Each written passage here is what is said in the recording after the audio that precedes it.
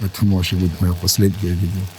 Не хотелось бы, и поэтому оно будет крайнее. Потом я выздоровлю. В госпиталь я вернусь и буду дальше ебашить пидоров. А сейчас рука, голова, тут каска пробита.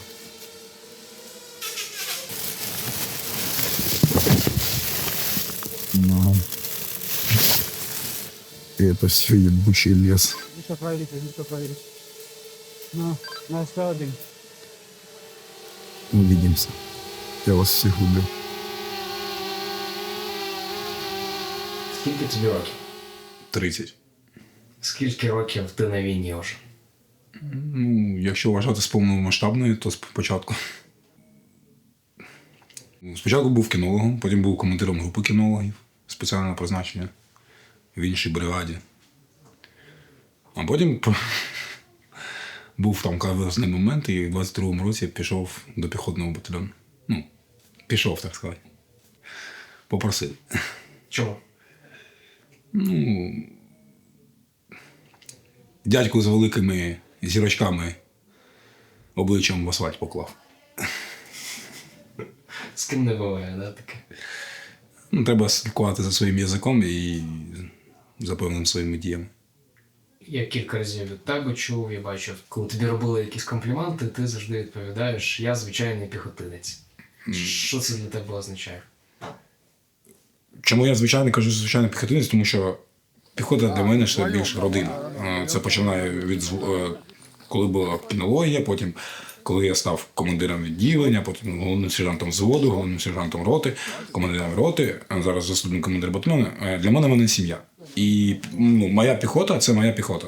Це я піхота. Я не можу сказати, що вони мої, я буду робити, що хочу. Я їхній, вони мої. Вони можуть допомогти мені, я можу допомогти. І так, звичайно, я не золотий, не бронзовий, не якийсь там, я не знаю, з граніту зроблений. У мене теж є кров, у мене є кістки, у мене є поранення, у мене є своя думка. Тобто, я нічим не відрізняюся. Крім обличчя там і все. А так я созданий, якось. Всі ми з м'яса зроблені. Все якось так. Ті піхотинці, штурмовики, з якими я говорю, все одно вони визнають, що там перед кожним штурмом стрьом. Самий важкий бій – це бій з собою. І страх – це перший ворог для мене. Тому що він порождає паніку і потім починає то. І так воно і є. Що, від смерті ти не відбіжиш. У мене є прапор, хто тікає від смерті, той йде їй назустріч. Біжить назустріч. Так воно і є. Я не боюся в житті нічого, крім втратити близьких і рідних. Але це також страх. І перед кожним штурмом воно є, тому що перед кожним навіть заходом на позицію на закріп, ти розумієш, що хтось з хлопців може не дійти, хтось може отримати поранення, вони також рідні і близькі. Тому для мене це страх. Померти, тобі вже буде все одно, коли ти помреш. А ось що будуть робити близькі, це задумуюся. Тому є якийсь стимул в такому плані. Не може людина не боятися, не може. Якщо хтось скаже, я нічого в житті взагалі не боюсь, тоді, мабуть, психіатр на допомогу, тому що якщо ти не боїшся морально, психічно, психологічно, фізично, тоді, мабуть, ти не живий.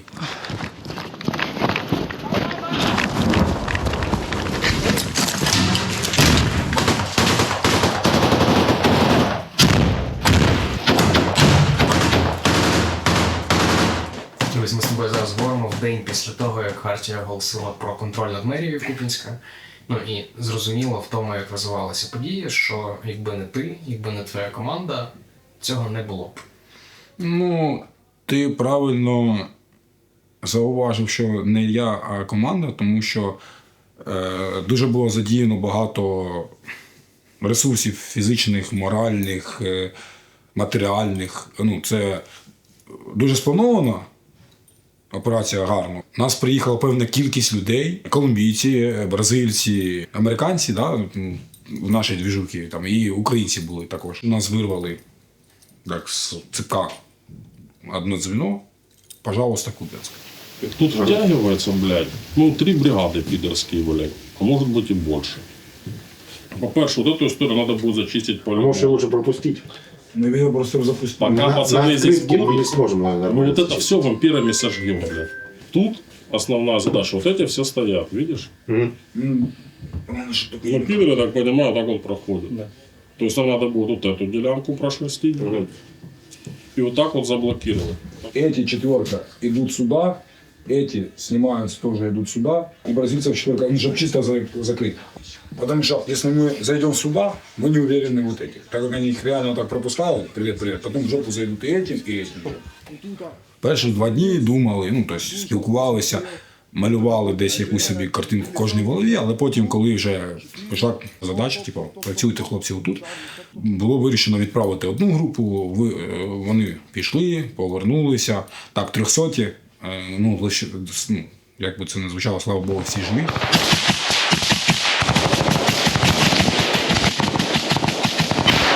Continua aí! Continua indo pra lá! Porra! Segura a munição! Segura a munição! Não, segura! Pega uma granada! Segura! Corta aqui!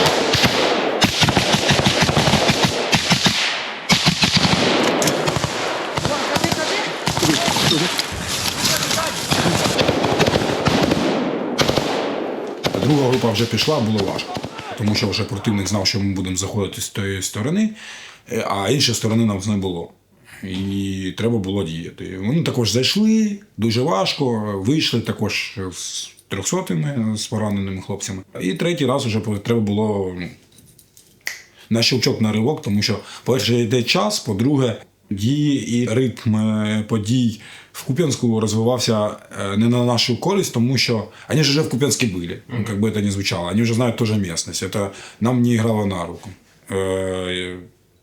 Поэтому нам надо было когда действовать. Ну, было принято решение, что пойду с иноземцами я, Карма и Самандра. Чи треба було в цій ситуації, щоб іноземців повів хтось з українців? Ну, в більшій частині так, тому що вони не розуміють нас в 99%. І вони побачили, що одна група зайшла, друга група зайшла. Важко, але зайшли, важко вийшли. Ну, треба було показати, що ми не відправляємо їх на м'ясо. Тому що якщо б третя група пішла, то вони б розуміли, що ми українців бережемо. Так, це воно так і є, що ми всіх бережемо. Ну, тобто і колумбійців, бразильців, американців, ми всіх будемо берегти. В даний час вони це вже зрозуміли, і вони це працюють. Вони, може, десь і раніше розуміли, але в цьому періоді моє бачення було, що треба йти. А так як я один із тих командирів на той час був, я мав досвід трішки в певних діях, і мені краще робити, я ж кажу, самому, ніж там сидіти в кабінеті, десь наблюдати з монітора, як, не дай Бог, щось не так піде. Це набагато важче. Набагато важче, і тому поїхали ми. І зробили. Якби це не звучало на даний час смішно, але тоді було не дуже.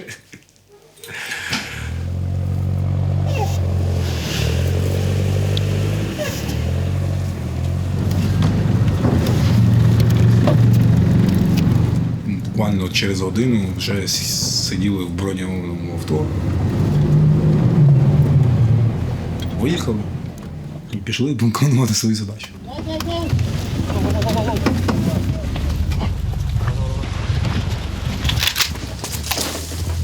Десантувалися, машина поїхала. First you second and then the guys, okay? На краї, замикаючи. Гол.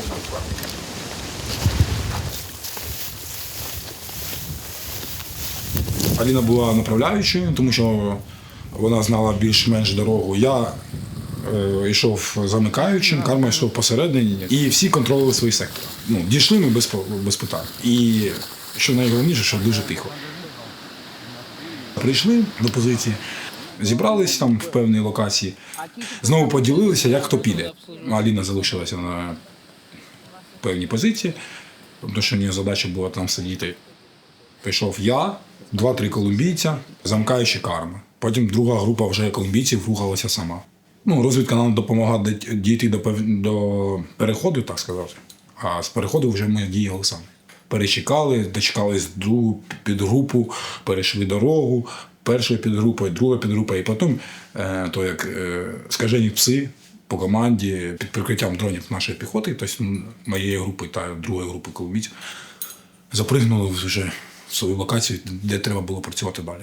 Зайшли в ліс, на СПшках дали деяким підарасам по зубам, і ми почали окопуватися. Тобто ми зробили собі льошки і там просиділи до наступного ранку.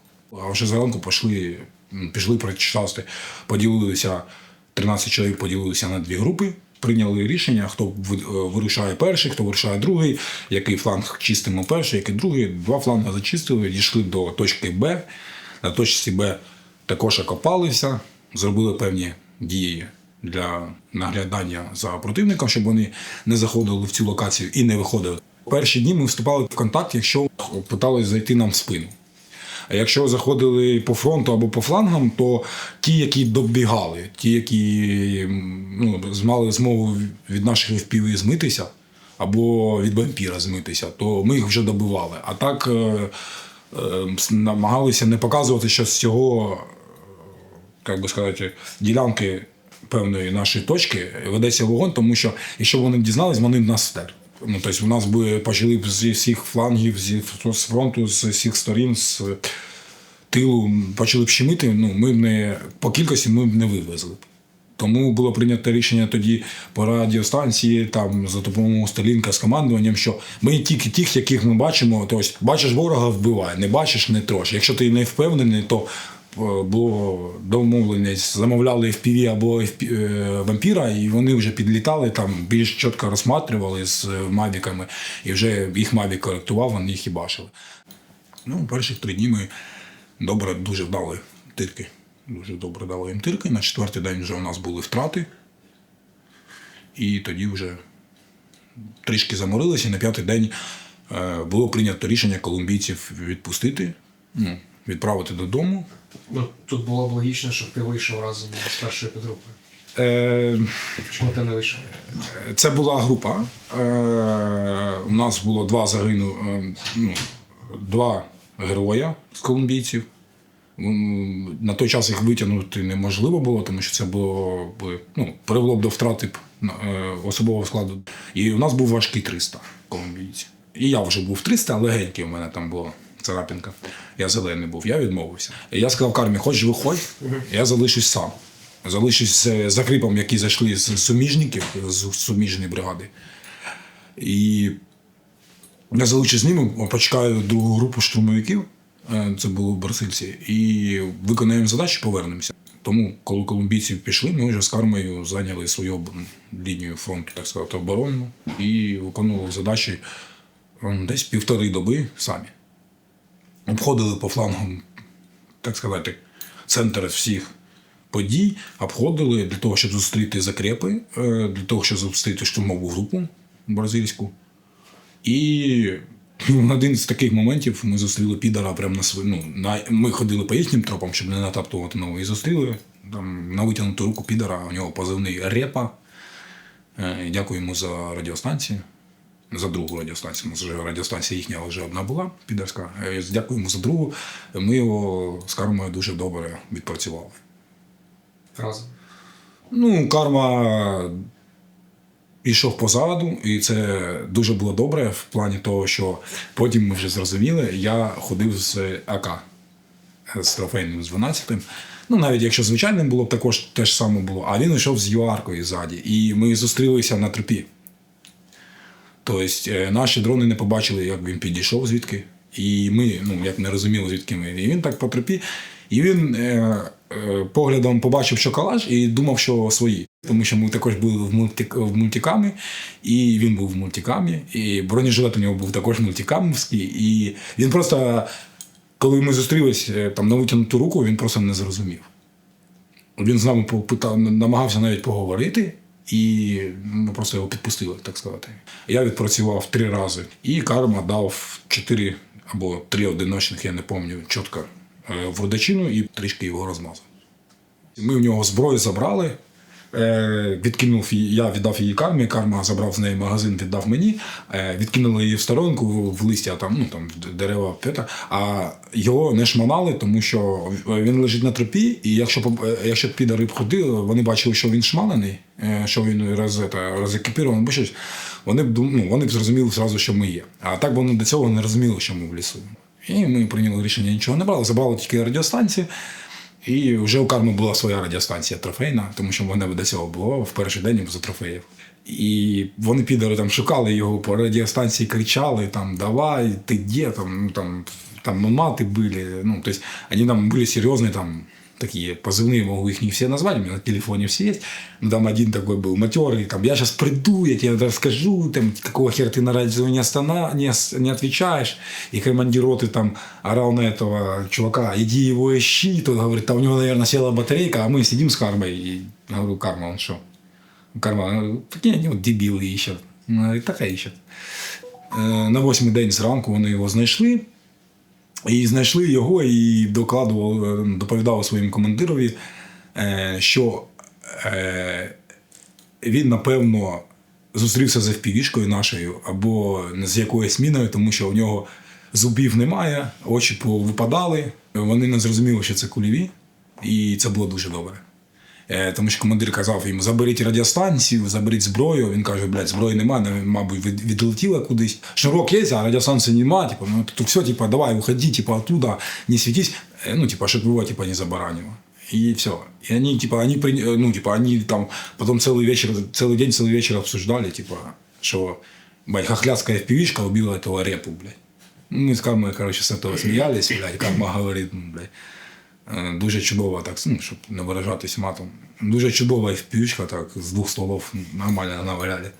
Така трофейний АК, це в тебе був ще до заходу, чи ти вже взяв? Ні, трофейний АК в мене був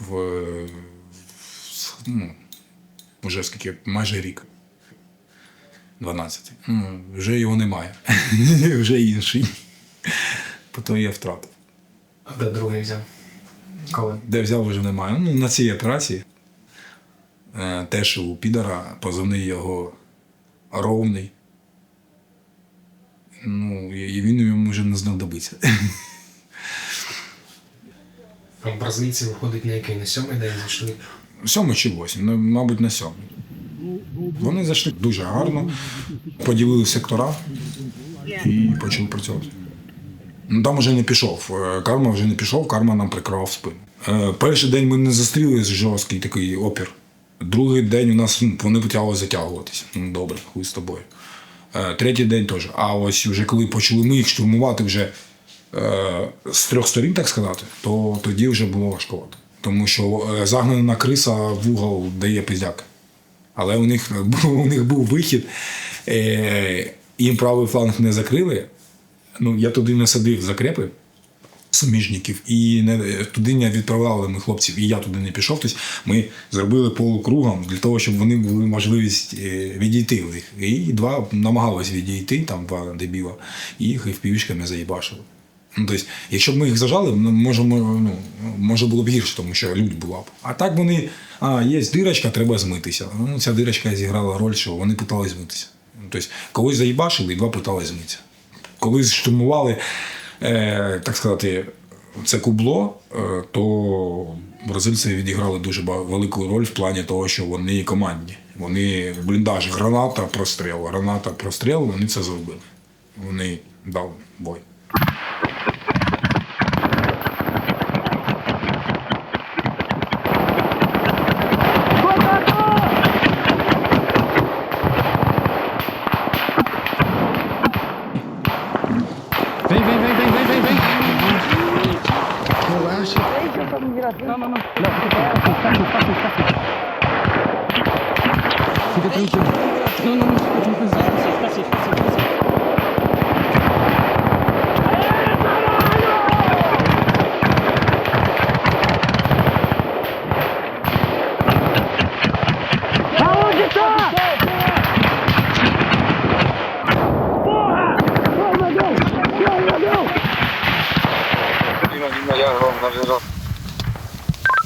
Гром на зв'язку.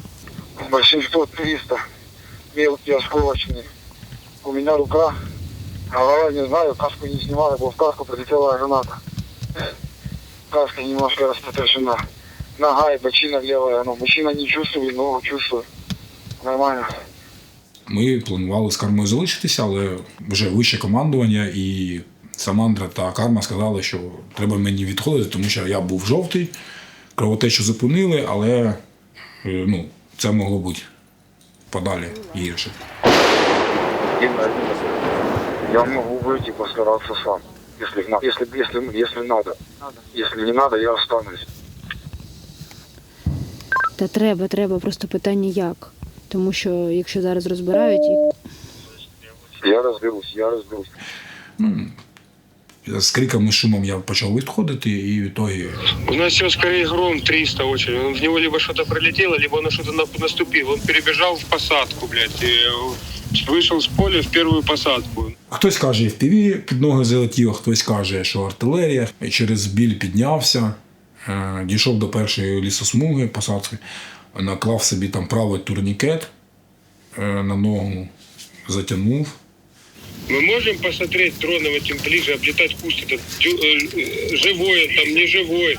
Хлопці на дроні, які за мною наблюдали, наші, вони потім вже приходили, та й командування казало, що думали, що я вже все, я 200, тому що я зайшов в цю посадку, впав, було видно, що я щось роблю рукою, але все. Тобто я право затягнув, ліво у мене вже не вистачало сил, і було прийнято мною рішення, що я перейду дорогу до іншої лісосмуги, посадки, і там затягнусь.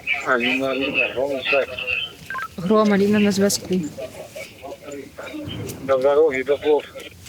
Гром на дорозі, далі вже не може, не відчуває праву ногу. 120 догнав 120. Я праву ногу не чувствую. Але туди я вже перейшов і тільки я почав затягувати, це я пам'ятаю. Турнікет на лівій нозі, то все. Тут я вже нічого не пам'ятаю. Він турнікети понакладав, допомогу собі зробив. Гром, а ти собі зміг надати допомогу? Ти зміг накласти турнікети? Не можу. Алина, На зв'язку. Алина, я начинаю теряться. Старайся мені відповідати за можливості в рації. Вияснило, що мене два бразильці, це Сітрі, був в той посадці, він чекав, поки я вийду, то він по радіостанції чув, що я виходжу. Сітрі мені затягнув лівий турнікет, кілометр 200 майже там, чуть більше, чуть менше. Шкандибаючи, якось я питався йти, але він мені потім взяв мене на плечі, доніс до певної точки, і потім вже бразилець також, це був мені, він мене 5,5 кілометрів на спині тягнув. Алина, Да. они переходят по полю с посадки на... Плюс. Он один тянет другого. Возьми какого-то, блядь, балбеса, сука, и пойди с ним на... встреть. Хто тягне?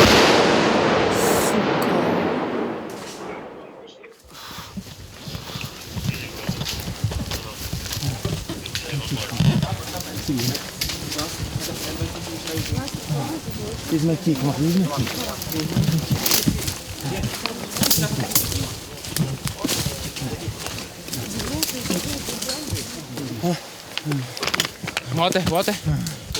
Water.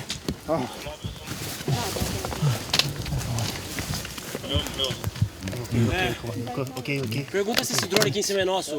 É nosso drone? John? O John e o C3. C3 e Tiger. На зв'язку. Група з 10, із них мінімум 3 поранених. Давай в руку, візьми в руку, зажми в руці. Давай мені телефон, я тобі поставлю з тобою. Я поставлю тобі з тобою. Я поставлю тобі. Данные нет пидоры. Там позывные пидоров. Плюс. Там данные, там координаты. Плюс. Шаман, організуй мені якийсь мішечок, давай. Не пече? Не пече? We done all we can for him in the immediate. If we're going to move him now, then he's ready to go. Розмовляй зі мною. Успеешь. Ти чуєш мене, поспиш потім. Де ти живеш? Звідки ти взагалі є? Та я зрозумів, що ти українець, я також, блядь. Звідки? З міста якого? Звідки?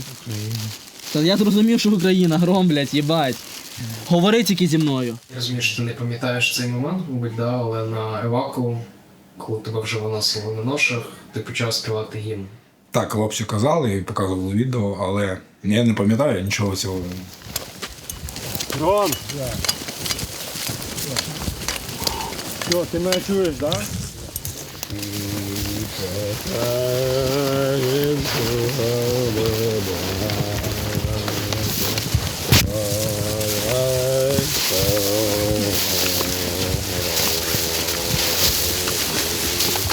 Мене почало колотати, і я попросив виключити, тому що я розумію, що я це вже пережив. Я розумію, що я дивлюсь це як кіно, але організм і десь всередині щось цепляється.